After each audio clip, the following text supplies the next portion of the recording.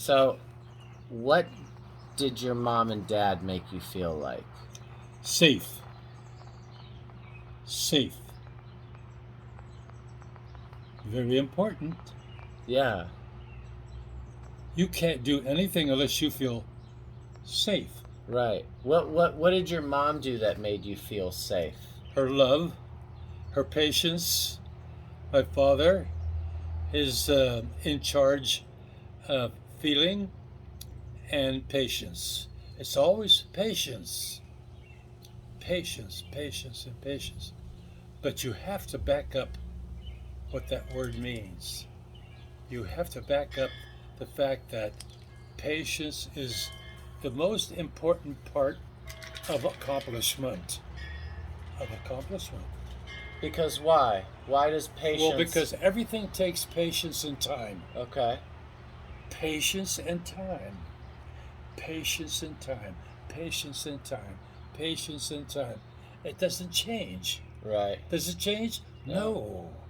It's patience and time. And so you can't really You have can't change it. you can't have an accomplishment without having the patience to see it through. Yes. Wow. You have to have the patience to see it through. Did you see that in your mom and your Uh, dad? Did you see uh, them see things through a lot? well, see, they knew from their love. You knew that they loved each other because of their interaction. Yeah. Their interaction. Didn't have to worry or question why. They were Silent code. so they had a heavy unspoken bond, very deep, codependent Love. Love. love. Love love is such a powerful tool in our existence. And you don't have to write it down. You don't have to go into the encyclopedia. You don't have to go to the dictionary. Love. It's there. And you know it's there because you feel that bond. When tell me about some times you felt love. Do you 99.999999999999999. Never ending. Never ending. Never felt abandoned. Yeah. Good word. Never felt abandoned, thrown away, or put on the shelf and forgotten about. Put on the shelf, I'll get it later. Yeah. Do you remember a story of feeling your mom's love? Like if you closed your eyes and you felt a warmth, where does that take you? What do you, what example do you see in your head? A memory. We were very poor, and jobs were not to be had. And when your when your mom cooked the meal, you didn't have to worry where it came from, who put it there, who bought it, who grew it. No, you didn't have to do that. You knew that, you felt that, and you didn't see it, but you felt it. There's a unbelievable understanding that you get, the feeling that you get of feeling secure. And number one, you must have a mother and father that work together.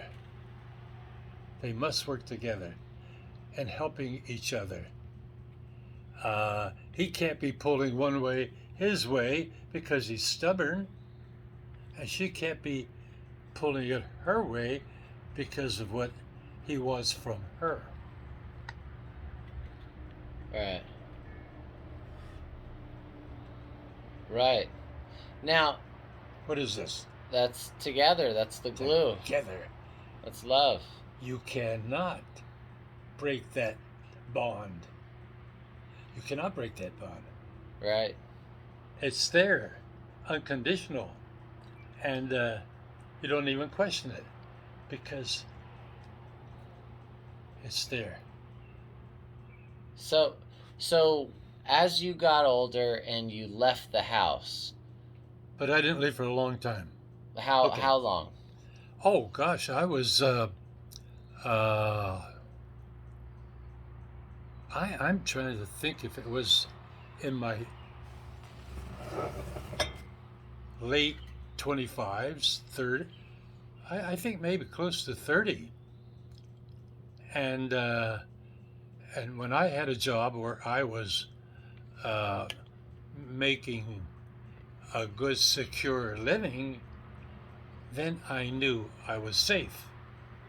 Right. I was safe. I was okay. I didn't have to worry. I didn't have to worry where I was going to get my next meal. I was safe. There was something there that made me feel safe, that bond.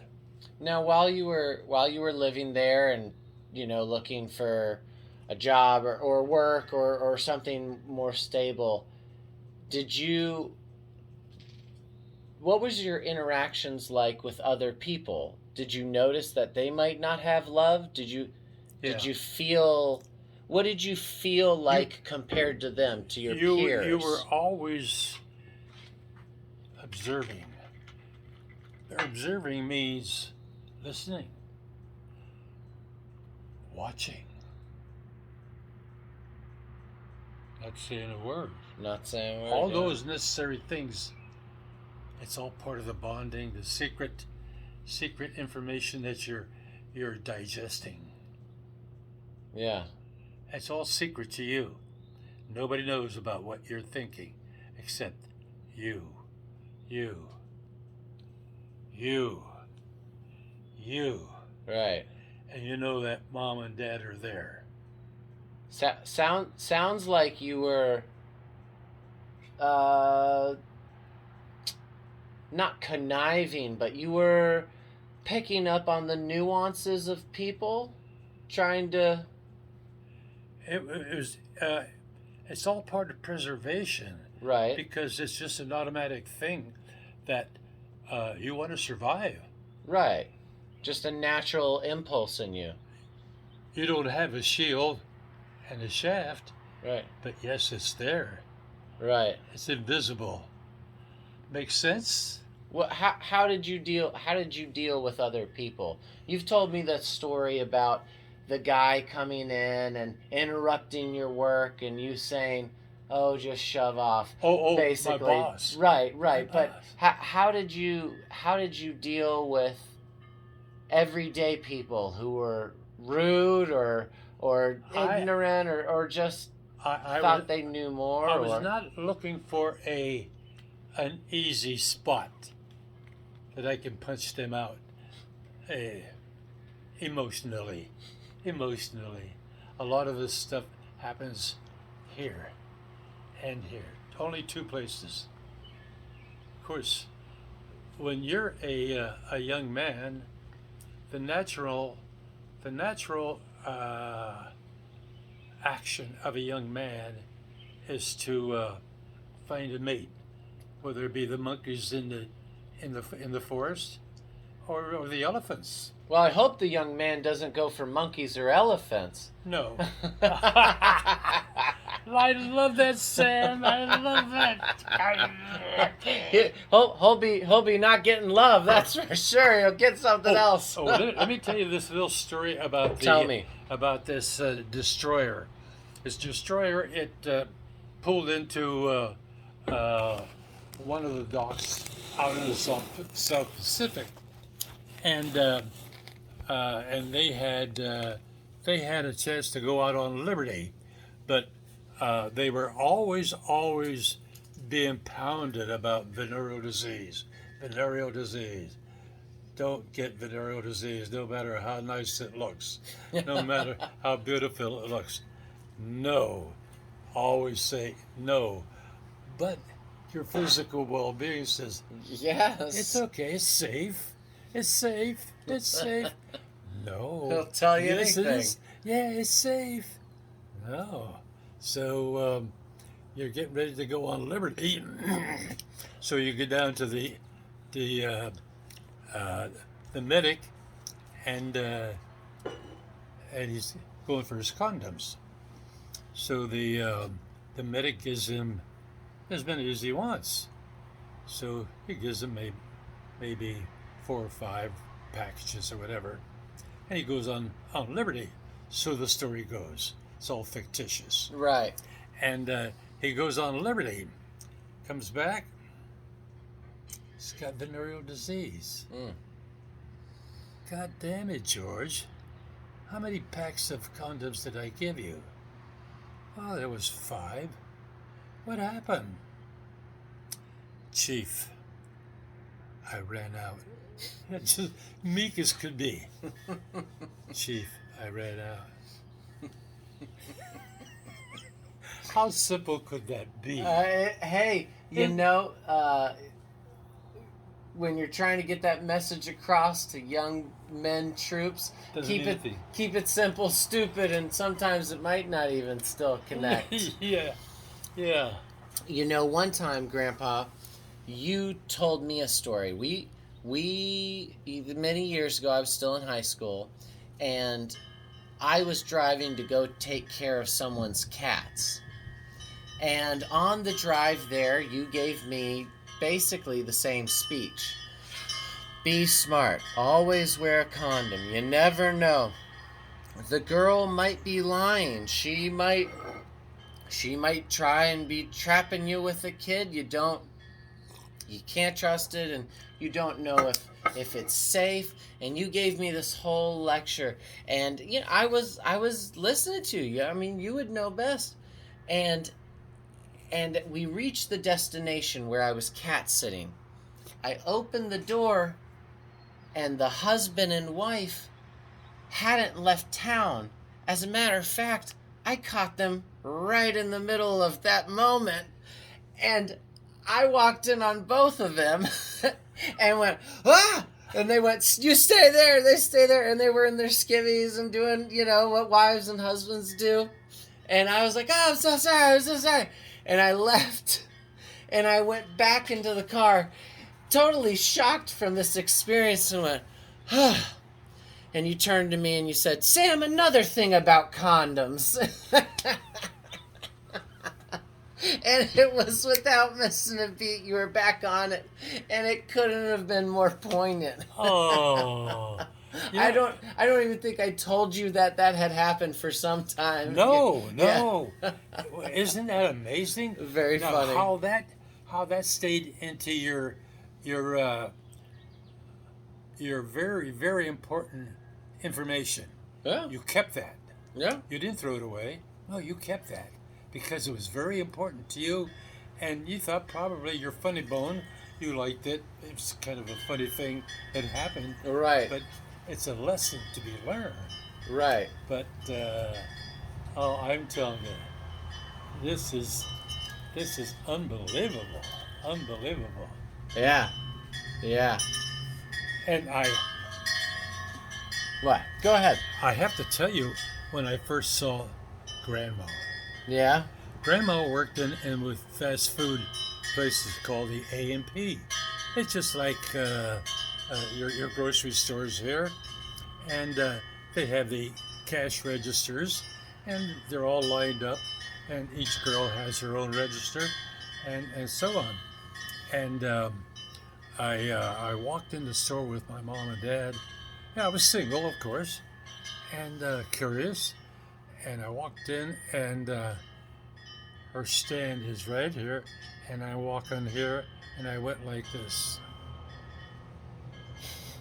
Ooh, she's beautiful.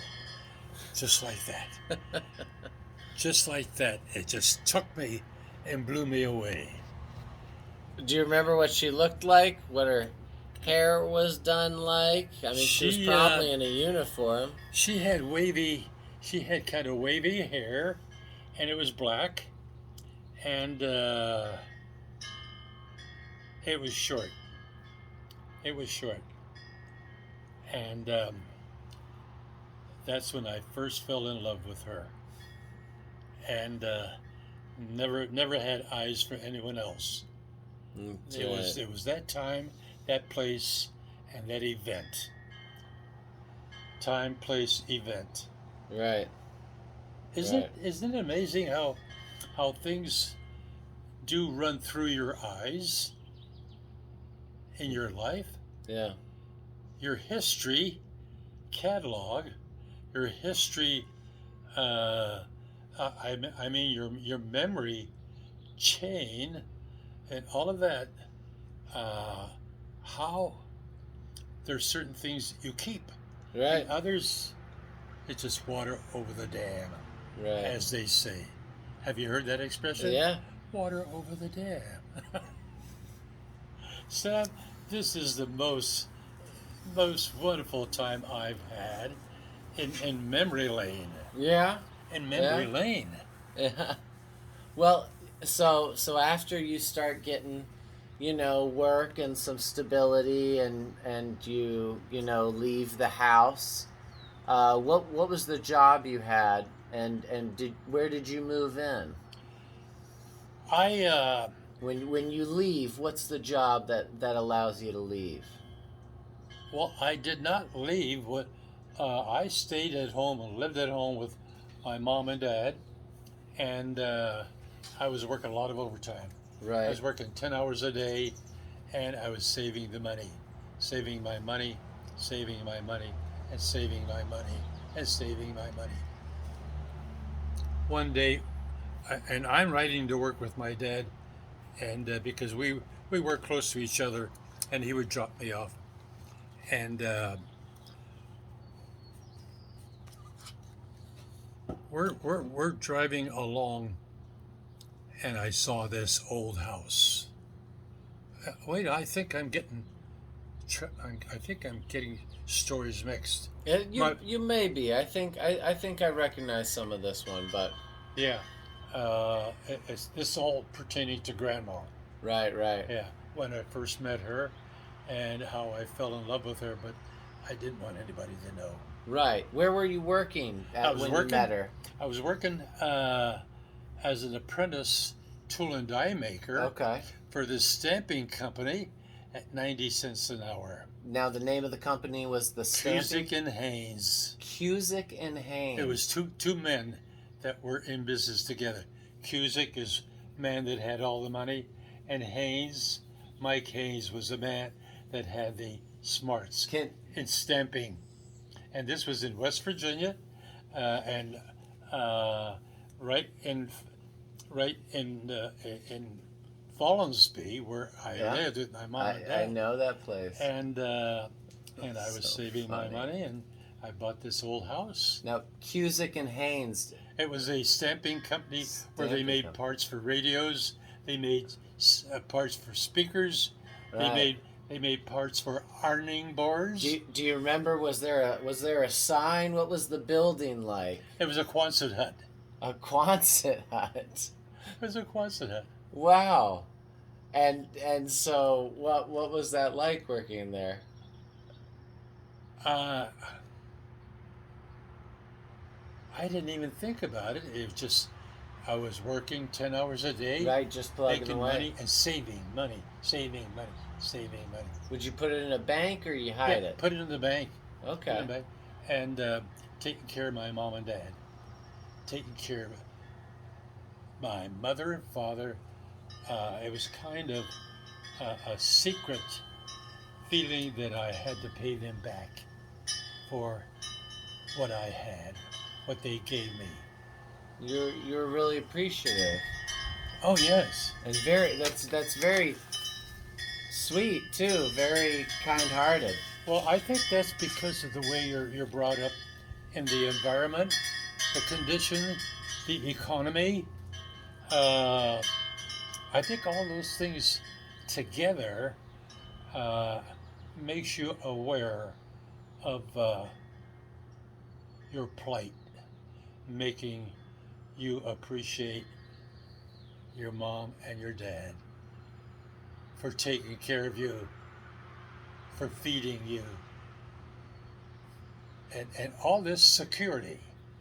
The security is right here is what you feel, what you see, and the security that you see, the way your dad treats your mom, never touching her, Right. never putting a finger on her. Right. And my mom was a very smart lady, and she had a Singer sewing machine with a treadle. Treadle is a little pedal Right. that. But those are all wonderful experiences, and time, and time, and I never forgot it. Yeah. Still with me today. Yeah. Still with me today to realize that. Wow, what a wonderful life. Yeah. Did I tell you the story about my brother and I? I'm sitting. My dad is sitting here, and I'm sitting here, and my brother's sitting there, and you know how boys are. My dad is eating, and we're doing that kid stuff. Yeah. My daddy drops his knife and fork. Stop it. That was the end of it. That's it. Yeah. No bargaining. That was it. Yeah. You learn to appreciate authority. Yeah.